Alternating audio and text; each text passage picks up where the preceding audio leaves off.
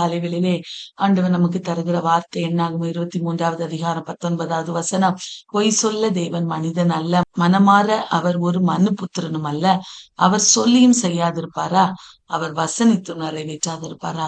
அன்பான தெய்வ பிள்ளைகள், இந்த காலை வேளையிலே சோர்ந்து போய் எனக்கு ஆண்டவர் தந்த வார்த்தைகள் எல்லாம் நிறைவேறுமா நிறைவேறாதா என்று சொல்லி வேதனையோடு நீங்க ஒருவேளை அந்த பிரேயர்ல அட்டன் பண்ணிட்டு இருக்கலாம். ஆண்டவர் இந்த காலை வேளையில மறுபடியும் நமக்கு தருகிற வார்த்தை என்ன தெரியுமா? பொய் சொல்ல தேவன் ஒரு மனிதன் அல்ல. மனிதன் பொய் சொல்லுவான் பிரியமானவர்களே. மனிதன் அவன் சொல்லுகிற காரியத்தை ஒருபோதும் அவன் நிறைவேற்றவே மாட்டான். அவன் நேரத்துக்கு தகுந்தாற் போல பேசுகிறவன் தான் மனிதன் பிரியமானவர்களே. வேதம் சொல்லுகிறது பொய் சொல்ல தேவன் ஒரு மனிதன் அல்ல, அவர் மனிதன் அல்ல. அன்பான தெய்வ பிள்ளைகளே, மனமாற அவர் ஒரு மனுபுத்திரனும் அல்ல. அன்பான தெய்வ பிள்ளைகளை, அநேக பேர் நம்முடைய வாழ்வில கூட அநேக மனிதர்களை நாம் சந்தித்திருப்போம். அவங்க நமக்கு உதவி செய்வேன்னு சொல்லுவாங்க, நமக்கு அதை செய்திருவேன், உங்களுக்கு இதை செய்திருவேன்னு சொல்லுவாங்க. ஆனா அவர்கள் மனம் மாறி போய் விடுவார்கள். மனிதர்கள் மனம் மாறி போய்விடுவார்கள். அவருடைய இருதயத்தின் எண்ணங்கள் சிறு வயது முதல் பொல்லாதது என்று வேதம் சொல்லுகிறது. அன்பான தெய்வ பிள்ளைகளே, ஆனா நம்முடைய தெய்வம் அவர் மனிதனை போல அல்ல. அவர் பொய் சொல்லுவதல்ல, சொல்லுகிற தெய்வம் அல்ல. அவர் மனமாற மனுபுத்திரனும் அல்ல. அவர் சொல்லியும் செய்யாதிருப்பாரா? அவர் வசனித்தும் நிறைவேற்றாதிருப்பாரா? இந்த காலை வேளையிலே நமக்கு சொல்லப்பட்ட அத்தனை வாக்கு திட்டங்களை என் ஆண்டவர் நம்முடைய வாழ்விலே நிறைவேற்ற வல்லவராயிருக்கு. அவர் நமக்கு தந்து விட்டார், அதை நிச்சயம் செய்வார். நம்மை ஆசீர்வதிப்பதே அவருடைய எண்ணமாயிருக்கிறது. நம்முடைய வாழ்விலே அவர் ஒரு நாளும் எந்த குறைவும் இல்லாமல் அவர் நம்மை நடத்த அவர் போதுமானவராயிருக்கிறார். அவர் மேல நம்முடைய விசுவாசத்தை நாம் பலப்படுத்தணும். விசுவாசம் இந்த ஆசீர்வாதங்களை சொந்தரித்துக் கொள்வதற்கு நம்மிலே அநேக சோர்வுகள் தடைகளை விதைத்து போடுவான். நாம் அதிலிருந்து ஜெயம் எடுத்து ஆண்டவர் மேல் நம்முடைய நம்பிக்கையை பலப்படுத்தி, மனிதனை அல்ல, உலகத்தின் காரியங்களை அல்ல, ஆண்டவர் மேல் நம்முடைய நம்பிக்கையை பலப்படுத்தும் போது என் ஆண்டவரின் வாழ்விலே எல்லாவற்றையும் செய்ய வல்லவர். மனிதன் அல்ல, பெரிய தெய்வம். இவர் ஆராய்ந்து முடியாத பெரிய காரியங்களை செய்கிற தெய்வம். என் வாழ்வில நிச்சயமா அற்புதத்தை செய்வார் என்று அவர் மேல் நம்பிக்கை வைக்கும் போது அவர் நிச்சயமா நம்முடைய வாழ்விலே பெரிய காரியங்களை செய்வார். பிரியமானவர்களே, இந்த வார்த்தையானது பாருங்க, ஆண்டவர் பீலேயாமை பார்த்து ஆண்டவர் பீலேயாம் சொல்லுகிறதை நாம் இந்த வார்த்தை பீலேயாம் தான் இந்த வார்த்தையை சொல்லுகிறார். அன்பான தெய்வ பிள்ளைகளை, நேற்றைய தினத்தில் நாம் இதனோட முற்பகுதியை நாம் பார்த்தோம். அதனோட கண்டினியூஷனை தான் நாம் இன்னைக்கு பார்க்க போகிறோம். பாருங்க, பீலேயாம் பாலாக்கை நோக்கி எனக்கு பலி, ஏன்னா பீலேயாம் எதற்கு அழைத்தனுப்பப்பட்டிருந்தார் என்றால் இஸ்ரவேல் ஜனங்களை சபிக்க வேண்டும். பாலாக் சொல்லுகிறார், இஸ்ரவேல் ஜனங்களை சபிக்க வேண்டும், இவர்கள் ஏராளமாய் பெருகி இருக்கிறார்கள், இவர்களை நீ சபித்து விட்டால் நான் எளிதாய் அவர்களை முறியடித்து விடலாம் என்று சொல்லி இந்த பீலேயாம் அழைத்து வருகிறார்.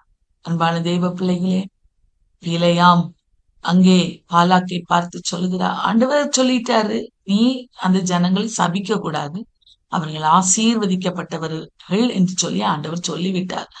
ஆனாலும் பீலேயாம் என்ன பண்றாருன்னா, ஒவ்வொரு காளையும் 7 ஆட்டுக்கடாக்களையும் 7 காளைகளையும் 7 பலிபீடங்களையும் உண்டாக்க சொல்லுங்க. அங்கே உண்டாக்க சொல்லி அங்கு பலியிடுகிறார்கள். பலியிட்டு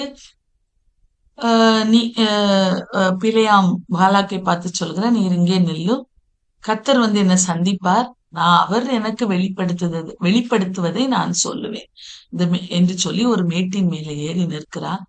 வீட்டின் மேல ஏறி நிற்கும் போது பீலேயாமை கர்த்தர் சந்திக்கிறார். பிரியமானவர்களே, சந்திக்கும் போது அங்கே அவன் சொல்லுகிறான், நான் உம்முடைய சமூகத்துல எல்லாவற்றையும் பலியிட்டேன் ஆண்டவரே என்று சொல்லி அவன் சொல்லும் போது கர்த்தர் அவனுக்கு வாக்கு அருளுகிறார். நீ பாலாக்கினிடத்தில் போய் இவ்வாறு சொல்ல கடவா என்று சொல்லி ஆண்டவர் அநேக காரியங்களை அங்கே சொல்லுகிறதை பார்க்கிறோம் பிரியமானவர்களே. அவன் தன்னுடைய வாக்கியத்தை எடுத்துரைத்து அவன் சொல்லுகிறான், தேவன் சபிக்காதவனை நான் சபிப்பதெப்படி, கர்த்தர் வெறுக்காதவனை நான் வெறுப்பதெப்படி. அன்பான தெய்வ பிள்ளைகளே, நம்முடைய ஆண்டவர் நம்மை வெறுக்காத தெய்வம். நம்மை சபிக்க யாரையும் அவர் அனுமதிப்பதில்லை. ஒருவேளை மனிதர்கள் எனக்கு அவர்கள் சாபம் போட்டுருவாங்களோ, அவங்க என்ன வெறுத்துருவாங்களோ அப்படி நீங்க நினைக்கலாம். ஆனா அவங்க வெறுக்கட்டு பிரியமானவர்கள். ஆனா ஆண்டவர் நம்மை ஒருபோதும் வெறுக்க மாட்டோம். அன்பான தெய்வ பிள்ளைகளே, அவர் நம்மை நேசிக்கிற தகப்பன். அவரை போல நேசிக்கிற தெய்வம் இந்த உலகத்துல யாரும் கிடையாது. அன்பான தேவ பிள்ளைகளே, அவர் இஸ்ரவேல் ஜனங்களை பார்த்து சொல்லுகிறார். ஆண்டவர் பிலேயாமுக்கு நல்ல ஒரு வெளிப்பாடை கொடுக்கிறார். தேவன் சபிக்காதவனை நான் சபிப்பதெப்படி? கர்த்தர் வெறுக்காதவனை நான் வெறுப்பதெப்படி? கன்மலை உச்சியிலிருந்து நான் அவனை கண்டு குன்றுகளிலிருந்து அவனை பார்க்கிறேன். அன்பான தெய்வ பிள்ளைகளே, அந்த ஜனங்கள் ஜாதிகளோடே கலவாமல் தனியே வாசமாயிருப்பார்கள். அன்பான தெய்வ பிள்ளைகளே, எந்த ஜனங்களை ஆண்டவர் சபிக்காமல் இருப்பார் தெரியுமா? எந்த ஜனங்களை ஆண்டவர் வெறுக்காமல் இருப்பார் தெரியுமா? ஆண்டவர் கன்மலை உச்சியிலிருந்து பார்க்கும்போது நம்முடைய பழக்க வழக்கங்கள் வித்தியாசமா இருக்கணும். ஒரு தனிமையா இருக்கணும். எல்லாரும் குறை சொல்றாங்க, நானும் குறை சொல்றேன். அப்படி அல்ல. எல்லாரும் பேசுறாங்க, எல்லாரும் என்னெல்லாமோ சொல்றாங்க, நானும் அவர்களைப் போல ஒத்த வேஷம் தரிப்பேன். அப்படி அல்ல பிரியமானவங்க. நான் தனி, நான் வேறு பிரிக்கப்பட்டவர். நான் என் ஆண்டவருக்கு சொந்தமான ஜனம். அவர் என்னை தெரிந்தெடுத்திருக்கிறார். அவர் என்னை தெரிந்தெடுத்திருக்கிறதற்கான ஒரு நோக்கம் உண்டு. நான் தனியே வாசம் பண்ணுவேன். என்னிலே ஒரு பரிசுத்தம் இருக்கணும். என்னிலே ஒரு உண்மையான வாழ்க்கை இருக்கணும். எல்லாரும் செய்யறாங்கன்னு நான் செய்ய மாட்டேன். என் ஆண்டவர் அவர் அருளின வேதம் என் இருதயத்துல இருக்கிறது. என்னுடைய நடைகளிலே எதுவும் பிசகாமல் அவர் என்னை பாதுகாப்பார் என்கிற நம்பிக்கையோடு இருக்கிற பிள்ளைகளை அவர் சீர்வதிக்கிற தெய்வம். அவர் வெறுக்காத தெய்வமாய் காணப்படுகிறார். இங்கே சொல்லுகிற பாருங்க, அந்த ஜனங்கள் ஜாதிகளோட கலவாமல் தனியே வாசமாயிருப்பார். அன்பான தெய்வ பிள்ளைகளே, இப்படி நல்ல வார்த்தைகளை அவன் சொன்ன போது பாலாக் பீலேயாமை நோக்கி, நீர் எனக்கு என்ன செய்தீர்? என் சத்துருக்களை சபிக்கும்படி உண்மை அழைப்பித்தேன். நீர் அவர்களை ஆசீர்வதித்தீர் என்று சொல்லுகிறதை பார்க்கிறார். அன்பான தெய்வ பிள்ளைகளே, நம்மளே இந்த உலகத்தின் மனிதன் சபிக்கணும், இவங்க நல்லா இருக்க கூடாதுன்னு நினைக்கலாம். ஆனா ஆண்டவர் என்ன தெரியுமா நம்மளை குறிச்சு நினைக்கிறாரு? என் பிள்ளை எனக்காக வேறு பிரிக்கப்பட்டவர். அவள் எனக்காக எவ்வளவு பக்தி வைராக்கியமா இருக்கிறாள். அவளை நான் ஆசீர்வதிப்பேன். இந்த உலகத்துல யாரும் அவர்களை சபிக்க நான் விடமாட்டேன். உலகத்துல யாரும் அவர்களை நிந்திக்க விடமாட்டேன் என்று சொல்லி அவர் ஆசீர்வதிக்கிறதே. சங்கீதம் 73:1 சுத்த இருதயம் உள்ளவர்களாகிய இஸ்ரவேலருக்கு தெய்வம் நல்லவராகவே இருக்கிறார். இஸ்ரவேல் ஆண்டவருக்காக தெரிந்தெடுக்கப்பட்ட ஜனம். அந்த ஜனத்துக்கு ஆண்டவர் என்றைக்கும் நல்லவர். அன்பான தெய்வ பிள்ளைகளே, இங்கே பாலாக் சொல்லுகிறார், நான் உம்மை சபிக்கும்படி அழைத்தேன், நீர் அவர்களை ஆசீர்வதித்தேன். ஆண்டவர் எப்படி சபிப்பார்? அவருடைய ஜனங்களை எப்படி சபிப்பார்? பிரியமானவர்களே, அவன் சொல்லிட்டான் கிளியரா இந்த அதிகாரத்துல.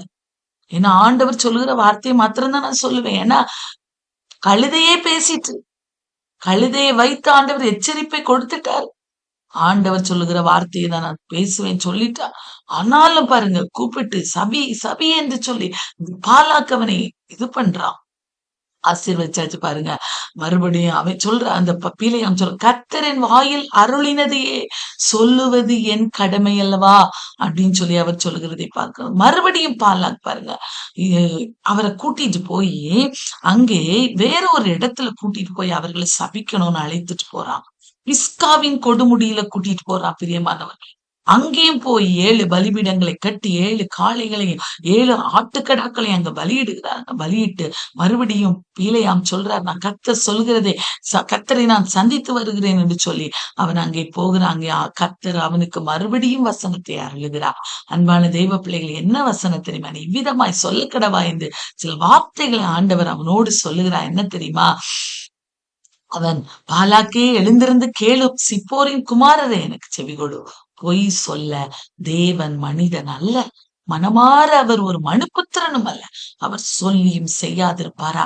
அவர் வசனித்தும் ஆண்டவர் ஏற்கனவே சொல்லிட்டார், நான் அவர்களை சபிக்க மாட்டேன், அவர்களை வெறுக்க மாட்டேன், நான் அவர்களை ஆசீர்வதிப்பேன் என்று சொல்லிவிட்டார். அவர்களை எப்படி அவர் சபிப்பார்? அவர் மனிதன் அல்ல. மனிதன் சொல்லலாம், நான் வெறுக்க மாட்டேன், நான் அவர்களை நேசிக்கிறேன்னு சொல்லலாம். ஆனா அடுத்த நிமிஷம் அவன் மாறி போயிருவான். ஆனா நம்முடைய கர்த்தர் அப்படி அல்ல. அவர் பொய் சொல்ல மனிதன் அல்ல, மனமாற மனுபுத்திரன் அல்ல. அவர் சொல்லியும் செய்யாதிருக்கிற தெய்வம் அல்ல. அவர் வசனித்தும் நிறைவேற்றாதிருக்கிற தகப்பன் அல்ல. ஆசீர்வதிக்கதான் நான் கட்டளை பெற்றேன். கர்த்தர் ஆசீர்வதிக்கிறார். அதை நான் திருப்ப கூடாது. அன்பான தெய்வ பிள்ளைகளே, என்னை நம்முடைய ஆண்டவருடைய நோக்கம் நம்மை ஆசீர்வதிப்பது. இந்த உலகத்துல எந்த மனிதனும் அதை திருப்பவே முடியாது. அந்த ஒரு மேலான நம்பிக்கை இந்த கால வேளையில நமக்கு வரணும். அழகான வார்த்தை பாருங்க, அவன் ஆசீர்வதிக்கிறான். அதை நான் திருப்ப கூடாது. இந்த உலகத்துல கர்த்தர் ஆசீர்வதிக்கணும்னு நினைக்கிற ஒரு காரியத்தை எந்த மனிதனாலும் திருப்ப முடியாது பிரியமானவர்களே. அது இந்த காலை வேளையில நாம் உணர்ந்து கொள்ளணும். என் ஆண்டவர் நம்ம ஜெபிக்கணும். ஏசப்பா, என்ன இதுக்கெல்லாம் முக்கியமான காரணம் என்ன தெரியுமா? வேறு பிரிக்கப்பட்ட ஜனம், மற்றவர்களோடு கலந்து ஒத்த வேஷம் தரிக்காதபடி ஆண்டவருக்காக நிற்கிற பிள்ளைகளை அவர் ஆசீர்வதிக்கிறது. அவர் அதை திருப்பவே மாட்டார். அந்த உலகத்துல எந்த மனிதன் அந்த ஆசீர்வாதத்தை நம்ம இடத்துல இருந்து திருப்பவே முடியாது. அவர் யாக்கோபிலே அக்கிரமத்தை காண்கிறதும் இல்லை, இஸ்ரவேலிலே குற்றம் பார்க்கிறதும் இல்லை. தேவனாகிய கர்த்தர், அவர்கள், இந்த வார்த்தை பாருங்க, அவர்களுடைய தேவனாகிய கர்த்தர் அவர்களோடே இருக்கிறார். ராஜாவின் ஜெய கம்பீரம் அவர்களுக்குள்ளே இருக்கிறது. அன்பான தெய்வ பிள்ளைகளே, நம்முடைய ஆண்டவர் நம்மோடு இருக்கிறார். யார் இந்த உலகத்துல நம்மை சபிக்க முடியாது, வெறுக்க முடியாது. ஆசீர்வாதத்தை ஆண்டவர் நமக்கு தருகிற ஆசீர்வாதத்தை தடுக்க முடியாது. ஏன்னா அவருடைய ஜெய கம்பீரம் நமக்குள்ளேயே இருக்கிறது. நம்ம சொல்லணும், பிசாசினை எதுவும் செய்ய முடியாது. என் ஆண்டவர் என்னோடு இருக்கிறார். ராஜாவின் ஜெய கம்பீரம் என்னோடு இருக்கிறது என்று நம்ம அறிக்கை செய்யணும் பிரியமானவர்களே. அவர் நம்மை ஆசீர்வதிக்கிற தெய்வமா அப்படி நம்ம அறிக்கை செய்ய ராஜாவின் ஜெய கம்பீரம் நம்மை சூழ்த்து கொள்ளும் பிரியமானவர்களை. நம்மை அவர் ஆசீர்வதிக்கிற தெய்வமா இருக்கிறார். அன்பான தெய்வ பிள்ளைகளை அடுத்து சொல்ல, அவர்களுக்கு காட்டாமிருகத்துக்கு ஒத்த பலன். இந்த காலைவெளியில் ஆண்டவரே, உங்களுடைய பிள்ளையாகி எனக்கு அந்த பலனை தரணும் ஏசப்பா அப்படின்னு சொல்லி நம்ம கேட்கணும். அடுத்து பாருங்க, யாக்கோபுக்கு விரோதமான மந்திரம் இல்லை, இஸ்ரவேலுக்கு விரோதமான குறி சொல்லுதல் இல்லை. தேவன் என்னென்ன செய்தார் என்று கொஞ்ச காலத்துல யாக்கோபு இஸ்ரவேலையும் குறித்து சொல்லப்படும் என்று அவர் சொல்லுகிறார். அன்பான தெய்வ பிள்ளைகளை, ஆண்டவருக்கு பயந்து ஆண்டவருக்கு உண்மையாய் வாழுகிற பிள்ளைகளை இந்த உலகத்துல எந்த மனிதனும் ஒன்றும் செய்ய முடியாது. அவர்களுக்கு விரோதமான மந்திரமும் இல்லை, குறி சொல்லுதலும் இல்லை. அவர்களுக்கு விரோதமா எதுவும் செய்ய முடியாது யாராலையும். இந்த மேலான நம்பிக்கை காலை வெளியில நமக்கும் வரணும் பிரியமானவர்களே. இஸ்ரவேலர்களாகிய நமக்கு வரணும். நம்மை ஆண்டவர் விசேஷமாய் தெரிந்தெடுத்திருக்கிறார் என்கிற சிந்தை நமக்குள்ள இருக்கணும். அன்பான தெய்வ பிள்ளைகள், இப்படி நன்றாக அழகான வார்த்தைகளை சொல்லி ஆண்டவர் பீலையாமோடு பாலாக்கின் இடத்துல பேசுகிறார். பாலாக்குக்கு இப்ப கோபம் வருகிறது. நீ அவர்களை சபிக்கவும் வேண்டாம், ஆசீர்வதிக்கவும் வேண்டாம். கர்த்தர் அப்போ பீலையாம் சொல்றாரு, இல்ல கர்த்தர் என்ன சொல்றாரோ அததான் நான் சொல்வேன். ஏற்கனவே உன்கிட்ட சொல்லிட்டேன்ல, நீதான் என்ன கூட்டிட்டு வந்து சபின்னு சொல்ற. ஆனாலும் பாருங்க, ஆண்டவருக்கு இந்த ஜனங்களை சபிக்கணும்னு பிடிக்கல. அது இந்த பீலையாமுக்கு தெரியும். ஆனா அவன் என்ன செய்திருக்கணும்? அந்த இடத்தை விட்டு ஓடி இருக்கணும் தானே. ஓடல பிரியமானவர்கள். இந்த பாலாக்கு சொல்லதெல்லாம் செய்துட்டு இருக்கிறான். அவன் கொஞ்சம் அவனோட சத்தத்தையும் கேட்கிறவனா இருக்கிறான். அன்பான், நம்முடைய வாழ்விலும் அநேக நேரங்களில் சத்துருவுக்கு நம்ம இடம் கொடுக்கிறவர்களா இருக்கிறோம். இடம் கொடுக்கும் போது நம்முடைய வாழ்வில சோர்வுகள், பலவீனங்கள் நம்மை ஆழ்த்தும் பிரியமானவர்களே. சத்துரு நம்ம சபிக்கணும்னு நினைக்கும் போது அதற்கு இடம் கொடாதபடிக்கு என் ராஜாவின் ஜெய கம்பீரம் என்னோடு இருக்கிறது. கர்த்தர் என்னோடு இருக்கிறார். அவர் என்னை சபிப்பதில்லை, அவர் என்னை வெறுப்பதில்லை, அவர் என்னை ஆசீர்வதிக்கிறார். அவர் என்னை ஆசீர்வதிக்கிறது இந்த உலகத்துல ஒருவராலும் திருப்ப முடியாது என்கிற அந்த வார்த்தைகளை அறிக்கை செய்து நாம் ஜெயம் எடுக்கிறவர்களா இருக்கணும். மறுபடியும் பாலாக்கு அவர்களை இவனை மறுபடியும் வேறொரு இடத்துக்கு அழைத்து கொண்டு பேயோரின் இடம் பேயோரின் கொடுமுடிக்கு அழைத்து கொண்டு செல்கிறான். அங்கே போயும் அங்க 7 பலிபிடங்களை கட்டி 7 காளைகளையும் 7 ஆட்டுக்கடாக்களையும் கொண்டு வச்சு அங்கே ஆயத்தப்படுத்த சொல்லுகிறான். அங்கேயும் ஆண்டவர் போய் அங்க ஆயத்தப்படுத்தி நின்ற போது அங்கேயும் கர்த்தர் அந்த ஜனங்களை ஆசீர்வதிக்கதான் வார்த்தைகளை பீலையாமுக்கு கொடுத்தார். அன்பான தெய்வ பிள்ளைகளை, நாளை தினத்துல என்னோட கண்டினியூஷனை பார்ப்போம் பிரியமானவர்களே. இந்த பகுதியில் நாம் அறிந்து கொள்கிறது என்ன தெரியுமா? கர்த்தர் ஆசீர்வதிக்கணும்னு நினைச்சது இந்த உலகத்துல எந்த மனிதனாலும் திருப்ப முடியாது.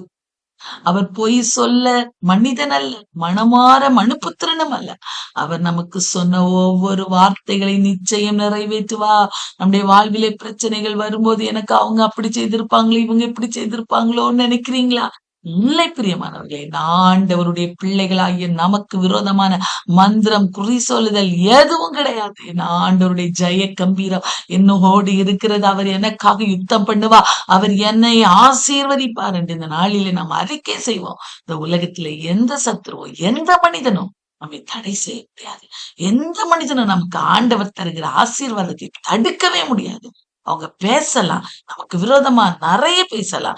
ஆனா ஆண்டவர் நமக்காக வைத்திருக்கிறது நமக்கு நிச்சயம் தருவா, நம்மை ஆசீர்வதிப்பா. இதற்கு நாம் செய்ய வேண்டிய முக்கியமான காரியம் வேறு பிரிக்கப்பட்ட வாழ்க்கை, தனித்து வாழுகிற வாழ்க்கை. எல்லாரை போல அல்ல. ஏன்னா ஆண்டவருடைய பிள்ளை நான். அவர்களைப் போல நான் இருக்க அழைக்கப்பட்டவள் அல்ல. நான் வேறு பிரிக்கப்பட்ட வாழ்க்கை வாழணும்னு நம்முடைய வாழ்வில ஒரு தீர்மானம் எடுத்து அதன்படி செய்யும் போது ஆண்டவர் நிச்சயமாய் நம்மை ஆசீர்வதித்து உயர்த்துவார் பிரியமானவர்களே. அவன்